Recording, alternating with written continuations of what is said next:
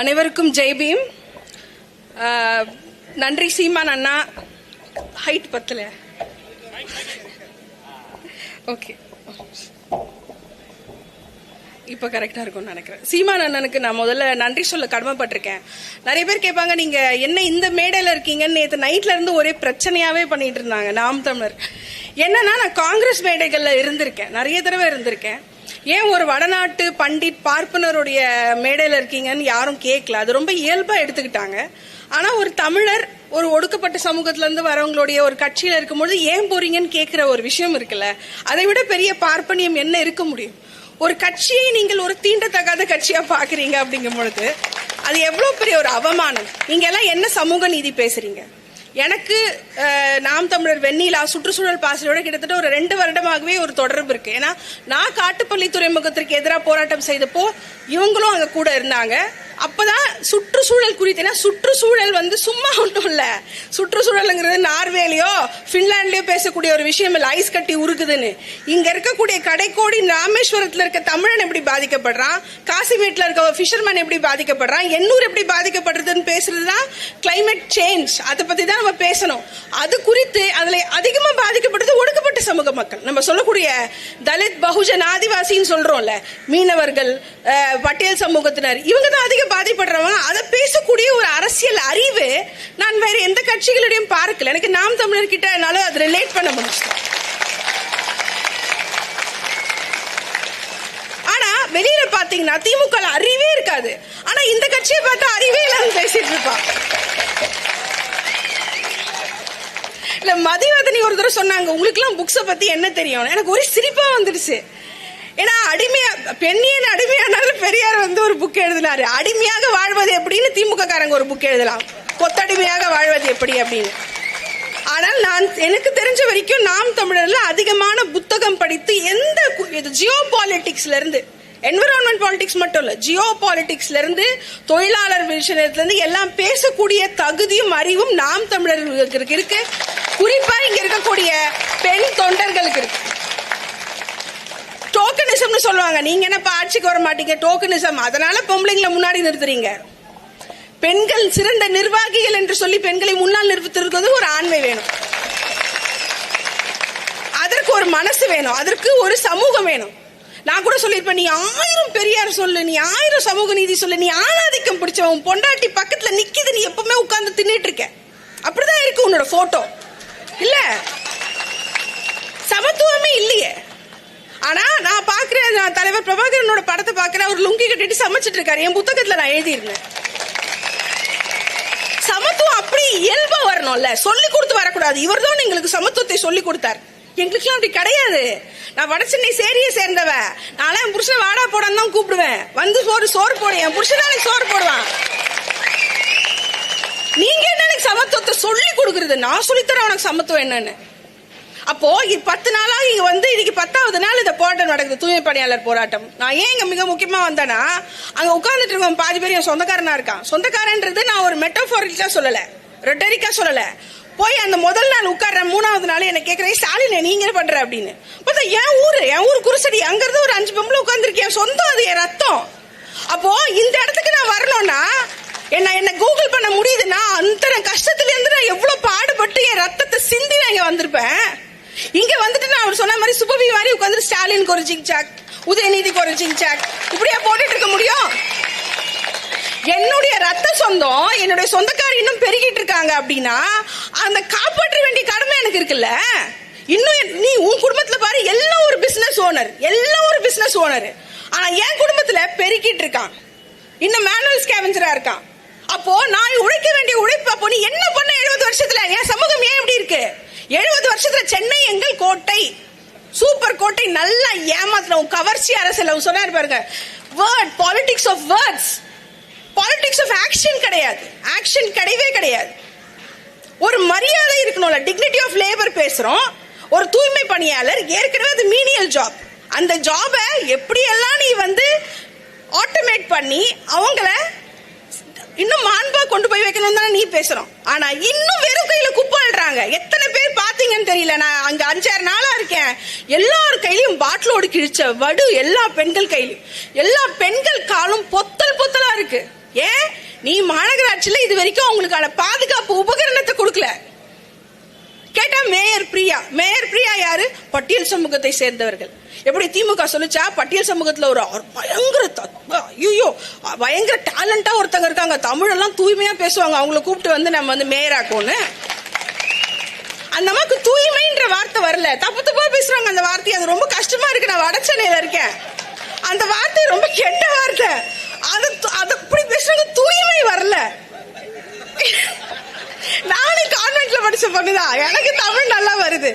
நானும் சேரியில இருந்து போய் கான்வென்ட்ல படிச்ச கடை வாங்கி. ஆனா என்ன சொல்ல வரேன்னா, ஒரு பட்டியல் சமூகத்துல இருந்து ஒரு பெண் நீ வர மேயரானா நீ எப்படி இந்த மக்களோட அணுகணும்? போய் கையை பிடிச்சு உட்கார வேணாமா? அங்க இருக்கவங்க என்ன தெரிஞ்சு சொல்றாங்க, ஷாலினி எங்களுக்கு பணம் கூட பிரச்சனை இல்ல, மரியாதை கொடுக்காம விட்டாங்க எங்களுக்கு. எங்களோட சுயமரியாதை உனக்கு இருக்கா? எங்க பொம்பளைங்களுக்கு இருக்க சுயமரியாதை தெரியும் சொல்ல. அவர் கேட்டிருக்காரு, என்ன ரொம்ப சாபம்லாம் விடுறீங்க ஸ்டாலின்? இதை விட மோசமா பேசுவோம். எங்க வயிற்றுல நீ அடிச்சிருக்க. ஏதோ ஒரு ஊர்ல இருந்து வந்து உனக்கு அறிவாலயத்துல எப்படி இடம் கிடைச்சது? ஏதோ ஒரு ஊர்ல இருந்து வந்து நீ வெப்பேரியில இருக்கிற திராவிடர் திடல் உனக்கு எப்படி கிடைச்சது? ஆரிய சங்கரன் தானே கேள்வி கேட்டாரு. இதே இடத்துல தானே ஆரிய சங்கரன் வந்து கி வீரமணியை கேள்வி கேட்டாரு, ஏன் சொத்துல நீ என்ன பண்றேன்னு, என் பஞ்சவிழாத்துல நீ என்ன பண்ணனு, என்ன பண்ணீங்க ஆரிய சங்கரன? அப்ப அந்த ஆரிய சங்கரன் வந்து தூரத்து உறவு எனக்கு இருக்காது அந்த ரத்தம் உடம்புல. அப்போ ஒரு முறையும் எங்களை குப்பை, அதாவது நீ தான் குப்பை அள்ளணும், ஆனா உனக்கு நான் சம்பளம் கொடுக்க மாட்டேன். இன்னொருத்தங்கிட்ட போய் நீ சம்பளத்தை பிச்சை எடுத்து வாங்கிக்கோ. உன்னைய நான் சென்னையை சுத்தம் பண்றேன் 40 கிலோமீட்டர் தூரத்துல போட்டுருவேன். நீ 40 கிலோமீட்டர் பஸ் பிடிச்சி கண்ணகி நகர்ல இருந்து செம்மஞ்சேரில இருந்து இல்ல எண்ணூர்ல இருந்து வந்து இங்க பெருகிட்டு போ. இதை விட ஒரு ஆணவம் இருக்க முடியுமா? எல்லாம் யாரு? பூர்வகுடி தமிழ் மக்கள். இப்ப நிறைய பேர் நினைச்சிட்டு இருப்பாங்க, என்ன இது ஒரு மொழி பேசுற மக்கள் தான் இந்த வேலையை செய்யறாங்கன்னு. இல்ல, பறையர் செய்யறாங்க இந்த வேலையை. அப்படி இருக்கும் பொழுது என்னுடைய சொந்தம் செய்யும் பொழுது நீ எனக்கான பாதுகாப்பு மரியாதை எதுவுமே இல்லையே.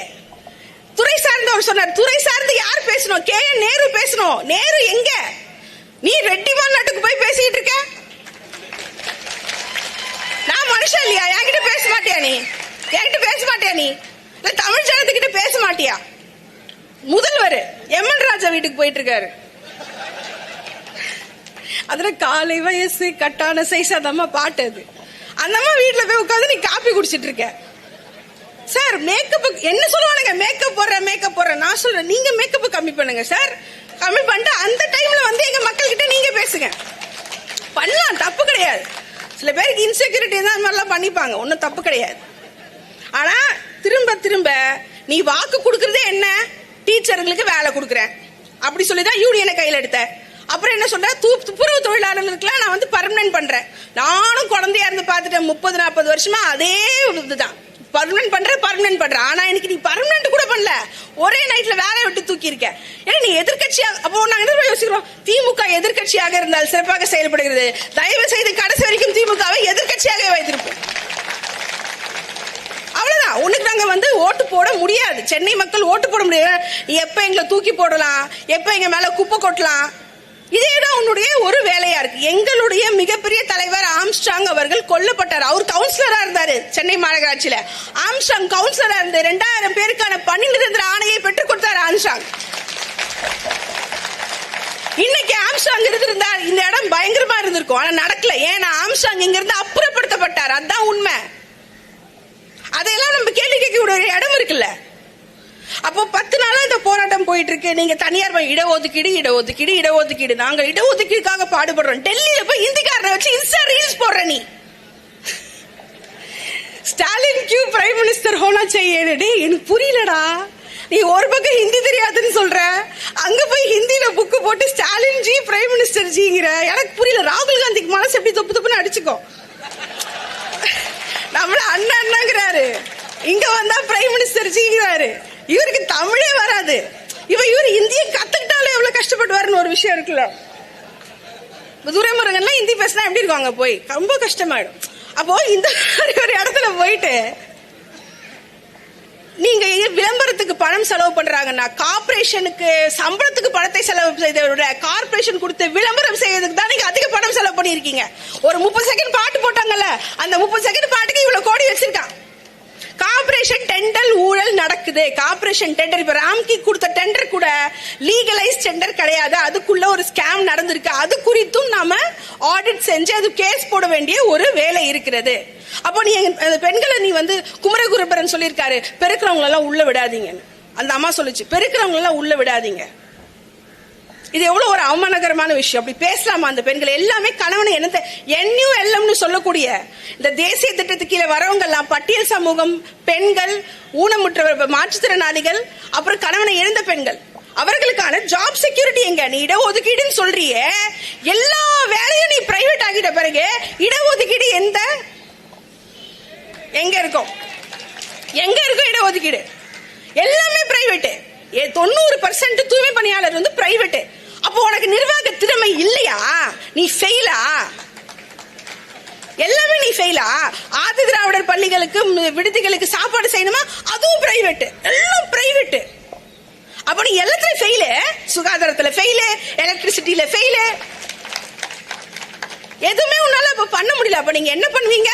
குளத்தூர்ல போய் 4 துணை நடிகைகளை டான்ஸ் ஆட விட்டு ரசிச்சு பாப்பீங்க. இதுக்கு ஏன் காசு கொடுக்கணும்? பணி நிரந்தரம் என்பது முக்கியம். அதை விட முக்கியம் அவங்களுக்கு தகுந்த குறைந்தபட்ச சம்பளம் தமிழ்நாட்டில் ரொம்ப கம்மி. தூய்மை பணியாளருக்கு ரொம்ப கம்மியா கொடுக்குறாங்க. அந்த சம்பளத்தை கொடுக்கணும், அவங்களை நிரந்தரமாக்கணும். அவங்க இது மாதிரி ரோட்ல பாடுபடக்கூடாது. ஏன்னா இன்னைக்கு கொடி கட்டி கோட்டையில கொடி ஏத்துறீங்கன்னா அதுக்கு காரணம் இந்த பூர்வகுடி மக்கள் தான். ஏன் ரத்தம், ஏன் வேர்வை, உன் பில்டிங்க நான் கட்டி கொடுத்தேன், உனக்கு நான் உட்கார வச்சு வால்டாக்ஸ் ரோட்ல எம்ஜிஆரும் கலைஞரும் எல்லாம் இறங்கினப்ப நான் உனக்கு ஃப்ரீயா சோறு போட்டு உட்கார வச்சு வாப்பா உட்காரப்பா தம்பின்னு சொன்னேன். நானும் ரோட்ல நிக்கணும், ஏன் மக்கள் ரோட்ல நின்றுட்டு இருப்பாங்க, ஏன் பொம்பளைங்க கஷ்டப்படுவாங்க. நீங்க சொகுசா ரேஞ்ச் ரோவர் கார், அந்த கார் வெளியே வருது பாரு, ரிப்பன் பில்டிங்ல இருந்து ரேஞ்ச் ரோவர் வருது, ஒரு காரும் வருது, ஃபெராரி வருது. நான் கேக்குறேன், உலகத்துல மாநகராட்சிக்குள்ள போன மனிதர்கள் சூப்பரா இருந்தாங்க. சிவராஜ் போனாரு, மீனாம்பாள் சிவராஜ் போனாங்க. ஒவ்வொருத்தரும் லட்டு மாதிரி சொல்லுவாங்க, லட்டு, ஆமா லட்டு மாதிரியான திறமை வார்ந்த அரசியல்வாதிகள் அதுக்குள்ள போனாங்க, கார்பரேஷனுக்குள்ள. ஆனா இன்னைக்கு விலை உயர்ந்த கார் வெளியே வருது. உள்ள இருக்க மக்கள் மலிவானவர்களாக, அறிவில்லாதவர்களாக, மனிதர்கள் குடித்து கொஞ்சம் கூட ஒரு கருணையற்றவர்களாக இருக்கிறாங்க. அதனால I'm not going to take much of a time. நாம் தமிழர் ரொம்ப நன்றி. 2023 நீங்க நம்ப மாட்டீங்க, வடச்சேரியில் உட்கார்ந்துட்டு இருப்பேன், எனக்கு இந்த இடத்துல அரிசி வேணும், பருப்பு வேணும்னா வெண்ணிலாவும் அண்ணனும் 300 குடும்பத்துக்கு அப்படியே தூக்கிட்டு வருவாங்க. நான் இத்தனைக்கு நாம் தமிழர் சப்போர்ட் கூட பண்ணதில்லை. நான் சப்போர்ட் பண்ண கட்சி வேற, நான் சப்போர்ட் பண்ண கட்சி வேற, நான் பேசின கட்சி வேற, நான் அண்ணன் ஓடின கட்சி வேற. ஆனா ஒரு முடியும் அந்த கிராசரியில இருந்து, நைட்டில இருந்து, பெண்களுக்கான உள்ளாடையில இருந்து வெண்ணில தூக்கிட்டு ஓடி வர வட சென்னைக்கு இந்த 2 வருஷமா அதுதான் செஞ்சிட்டு இருக்கு. நாம் தமிழர் செஞ்சிட்டு இருக்காங்க. இன்னைக்கு நான் கூட அன்னைக்கு 3 நாள் நைட்ல போலீஸ் நிறுத்துறாங்க, சம்மன் கொடுத்துட்டு மக்கள் பாவம்னு, அக்கா அவங்க பசங்க அங்க இருக்காங்க, அப்புறம் ஃபாசிலுக்கு போன் பண்ணி கேட்டேன், நாங்க இருக்கிறோம் அக்கா. அந்த தைரியத்தால தான் அவங்கள விரட்டல. இல்லனா பஸ் அன்னைக்கு வந்துருச்சு, நைட்டே வந்துருச்சு, 3 நாள் நைட்டு முன்னாடியே பஸ் வந்துருச்சு. அந்த தைரியத்தை கொடுக்கக்கூடிய ஆட்கள் தான் எனக்கு வேணும். நான் எந்த கட்சி என்னுடைய மக்களின் பக்கம் நிற்கிறதோ அந்த கட்சிக்கான ஆதரவை கொடுக்க வேண்டியது என்னுடைய கடமை. அதுல நான் ஒரே சமூகத்துல பிறந்தாதான் அண்ணன் தம்பி இல்ல, நான் அப்படிதான் நினைச்சேன். ஒரே சமூகத்துல பிறக்கிறவங்க தான் அண்ணன் தம்பி ரத்தம்னு இல்ல. எனக்காக பேசுற எல்லாமே அண்ணன் தம்பி தான், என் பெண்களுக்காக பேசுற எல்லாமே ரத்தம் தான். அப்ப அது என்ன ரத்தம்னா அது தமிழ் ரத்தம் தான்.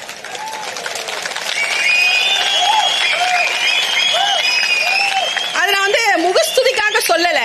நான் கடைசியா ஒரு விஷயம் சொல்லிக்கிறேன். போன வருஷம் யூனிவர்சிட்டி ஆஃப் சதர்ன் கலிபோர்னியால இருந்து ஜேர்னலிசம் ஸ்டூடெண்ட்ஸ் வந்திருந்தாங்க. 1 மாசம் அவங்களுக்கு கிளாஸ் எடுத்தேன். அவங்க மெயினா வந்ததும் கேட்ட நான் எந்த ஒரு அரசியல்வாதி பத்தி பேசவே இல்லை. ஆனா அவங்க கேட்டது ஹூஸ் மிஸ்டர் சீமான். சத்தியம், இது சத்தியம். அவங்க சொன்னாங்க, புலம்பெயர் தமிழர்களுக்காக போராடுபவர், ஈழம் காசுக்காக போராடுற மிஸ்டர் சீமான் பத்தி எக்ஸ்பிளைன் பண்ணுங்கன்னா ½ an hour. அது என் சிலபஸ்ல இல்ல, என் சிலபஸ்ல இல்லாத ½ an hour நான் அந்த கிளாஸ் எடுத்தேன். அப்பதான் எனக்கு தெரிஞ்சது, நம்ம ஊர்ல இருக்க மனுஷங்களோட மதிப்பை நாம முதல்ல வளர்த்துக்கணும் மனசுல, அதுக்கப்புறம் நம்ம மற்ற விஷயம் பேசலாம். நன்றி, ஜெய்பீம். அடுத்ததாக மாநில ஒருங்கிணைப்பாளர் சோழன் மு.